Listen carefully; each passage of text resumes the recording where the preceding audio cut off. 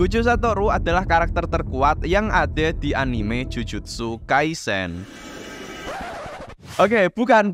Gojo bukan karakter terkuat karena ternyata ada cara untuk mengalahkannya. Tapi memang Gojo adalah salah satu karakter yang paling kuat di anime Jujutsu Kaisen.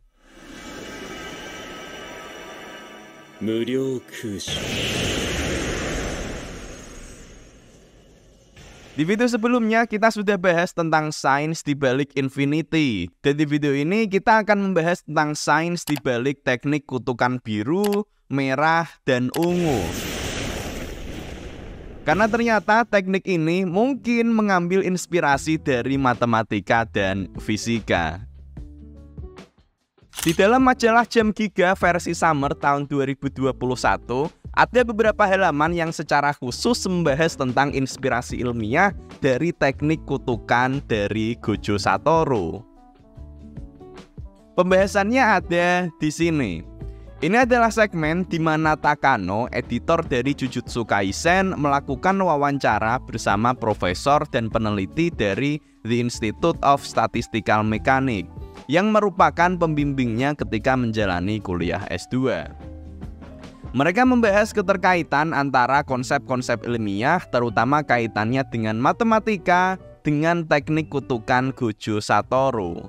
Di sini dijelaskan tentang Riemann series theorem, space manifold, dan lain sebagainya. Nanti akan aku jelaskan tentang pembahasannya, juga aku akan menambahkan pembahasan dari sudut pandang fisikanya, karena ini nanti jadi jauh lebih make sense, lebih masuk akal. Disclaimer, tentu saja teknik kutukan ini hanyalah fiksi, hanya imajinasi saja.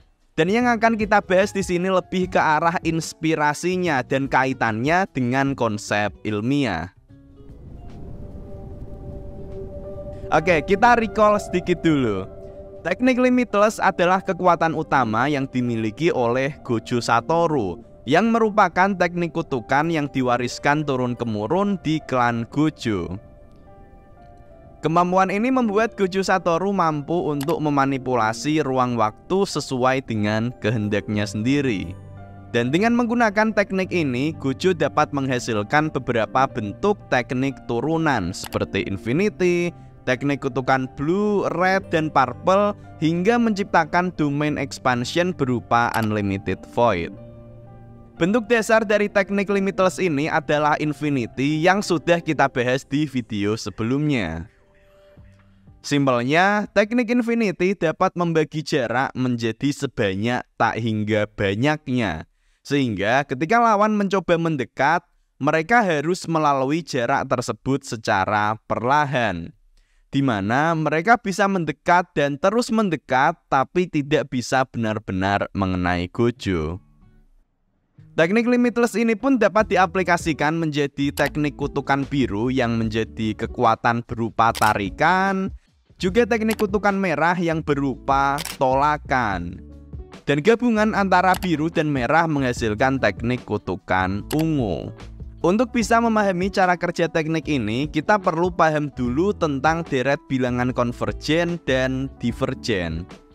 Deret konvergen adalah suatu deret bilangan yang ketika dijumlahkan, nilai totalnya akan mendekati suatu nilai tertentu. Misalnya, kita punya deret bilangan dengan pola 1/1 tambah 1/2 tambah 1/4 tambah 1/8 tambah 1/16 dan seterusnya. Nah, ketika dijumlahkan dan ditambah terus bilangan dengan pola yang sama, ternyata jumlah dari bilangan-bilangan ini semakin mendekat ke nilai 2. Ini adalah deret konvergen. Sementara itu, deret divergen adalah kebalikan dari deret divergen, di mana ketika suatu barisan bilangan dijumlahkan, maka nilainya akan menjadi semakin besar dan semakin besar. Misalnya, kita punya deret bilangan dengan pola 1 tambah 2 tambah 3 tambah 4 tambah 5 dan seterusnya. Ketika dijumlahkan dan ditambah terus dengan bilangan dengan pola yang sama, ternyata jumlah bilangan-bilangan ini semakin besar. Semakin ditambah angkanya, semakin besar juga nilainya. Berbeda dengan deret konvergen yang ketika ditambah, justru nilainya semakin mendekati nilai tertentu. Nah, teknik kutukan biru adalah seperti deret konvergen, di mana nilainya akan semakin mendekat terfokus pada suatu titik. Dan teknik kutukan merah adalah seperti deret divergen, di mana nilainya menjadi semakin besar.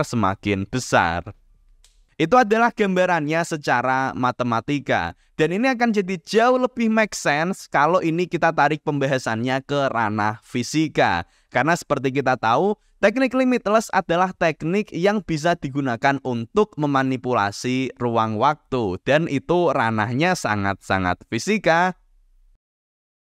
Kita hidup di dunia yang terdiri dari 3 dimensi ruang dan 1 dimensi waktu. Dan satu kesatuannya disebut dengan space-time atau ruang waktu.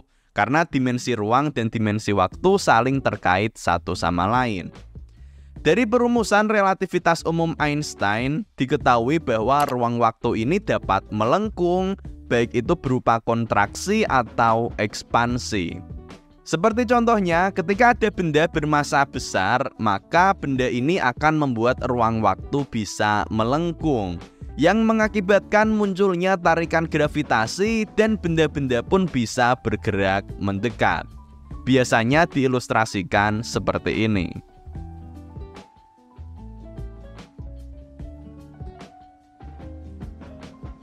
Disclaimer, yang seperti ini hanyalah sekedar penggambaran aja biar lebih mudah dipahami, tapi yang sebenarnya terjadi bukan seperti ini.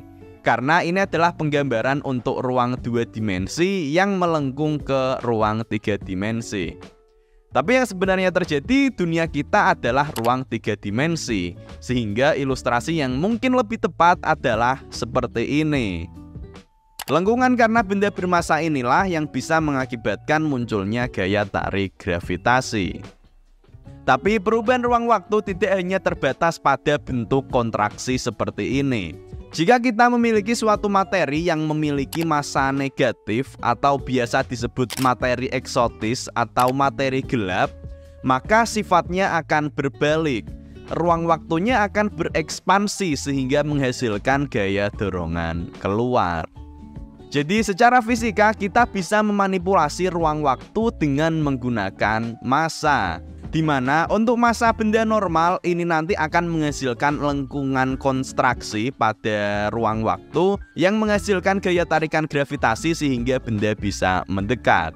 Dan jika kita menggunakan massa negatif, maka yang terjadi adalah sebaliknya berupa tolakan. Walaupun ini masih ranahnya di hipotesis ya teman-teman.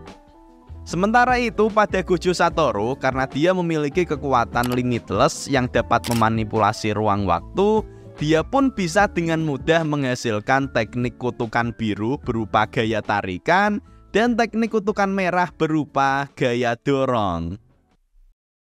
Lalu kemudian yang jadi pertanyaan, apa yang akan terjadi jika teknik kutukan merah dan teknik kutukan biru digabung? Di anime gabungannya akan menjadi teknik ungu. Tapi bagaimana menurut fisika? Ini sifatnya masih hipotesis, tapi ketika ada suatu materi bermassa positif yang kemudian bertemu dengan materi bermassa negatif, maka yang terjadi adalah akan muncul riak gelombang yang mengubah ruang waktu yang bernama gelombang gravitasi.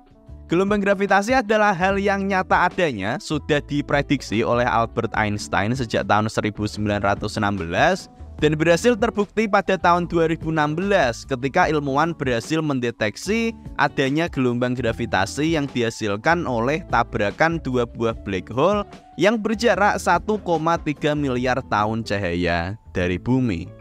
Gelombang gravitasi sendiri menghasilkan kontraksi dan ekspansi ruang waktu yang menjalar ke segala arah. Namun berhubung nilainya kecil ketika sudah sampai di kita, secara efektif kita tidak merasakan apa-apa.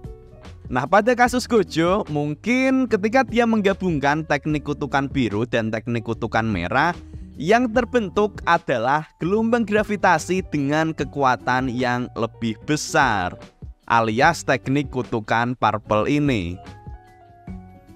Setidaknya begitulah tafsirannya ketika teknik kutukan Gojo Satoru ditarik ke ranah matematika dan fisika.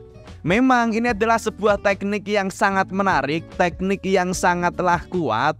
Walaupun seperti kita tahu teknik ini ternyata memiliki kelemahan dan mungkin saja ini digunakan untuk mengalahkan Gojo Satoru. Nanti kita akan bahas di video selanjutnya kalau video ini rame. Jadi silahkan ramaikan, komen, like. Dan kita ketemu lagi di video selanjutnya. Dadah, terima kasih.